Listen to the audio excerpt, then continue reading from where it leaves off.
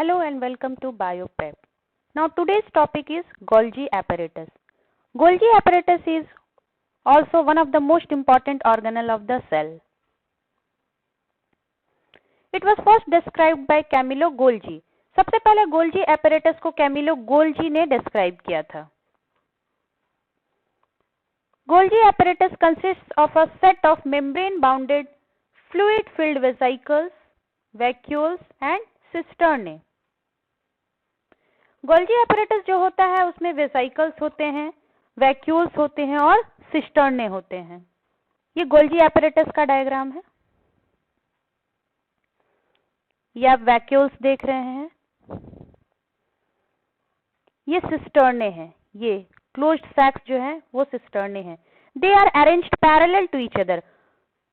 ये जो सिस्टर्न्स होते हैं, ये जो सिस्टर्ने होते हैं, ये पैरेलली अरेंज्ड होते हैं एक दूसरे के ऊपर, जिन्हें हम सिस्टर्न्स कहते हैं. आप देख सकते हैं ये पैरेलली अरेंज्ड हैं.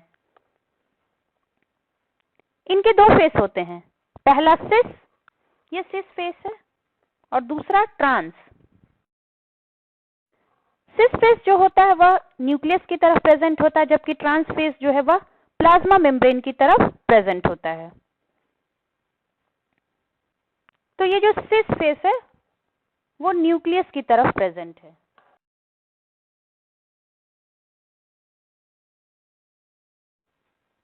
और ट्रांसफेस प्लाज्मा मेम्ब्रेन की तरफ. तो सिस फेस क्या होता है, ट्रांसफेस क्या होता है, आइए देखते हैं.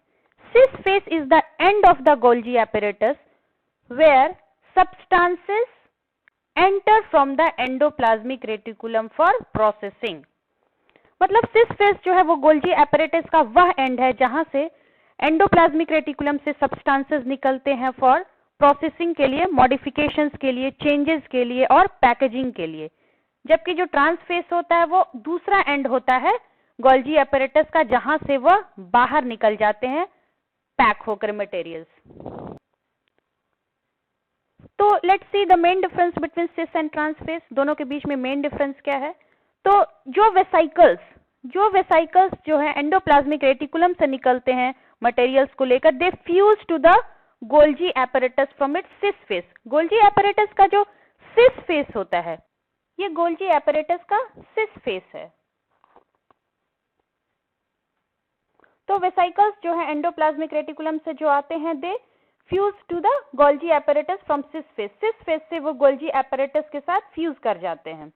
Whereas the vesicles that leave the Golgi apparatus, जो vesicles पैकेज्ड मतलब मटेरियल्स कंटेन करते हैं, वो Golgi apparatus से ट्रांसफेस के थ्रू बाहर निकल जाते हैं. तो let's see the functions of Golgi apparatus. क्या क्या फंक्शंस है Golgi apparatus के. तो सबसे इंपॉर्टेंट फंक्शन है Golgi apparatus का स्टोरेज, मॉडिफिकेशन एंड पैकेजिंग. ये फंक्शन कैसे परफॉर्म होते हैं, लेट्स सी. तो हम जानते हैं कि गोल्जी apparatus जो है वह एंडोप्लाज्मिक रेटिकुलम के नजदीक लोकेटेड रहता है. तो जो भी मटेरियल्स जो होते हैं एंडोप्लाज्मिक रेटिकुलम के आसपास जो सिंथेसाइज होते हैं, उनकी पैकेजिंग जो है वह गोल्जी apparatus में ही होती है. And they are dispatch to various targets inside and outside the cell through Golgi apparatus.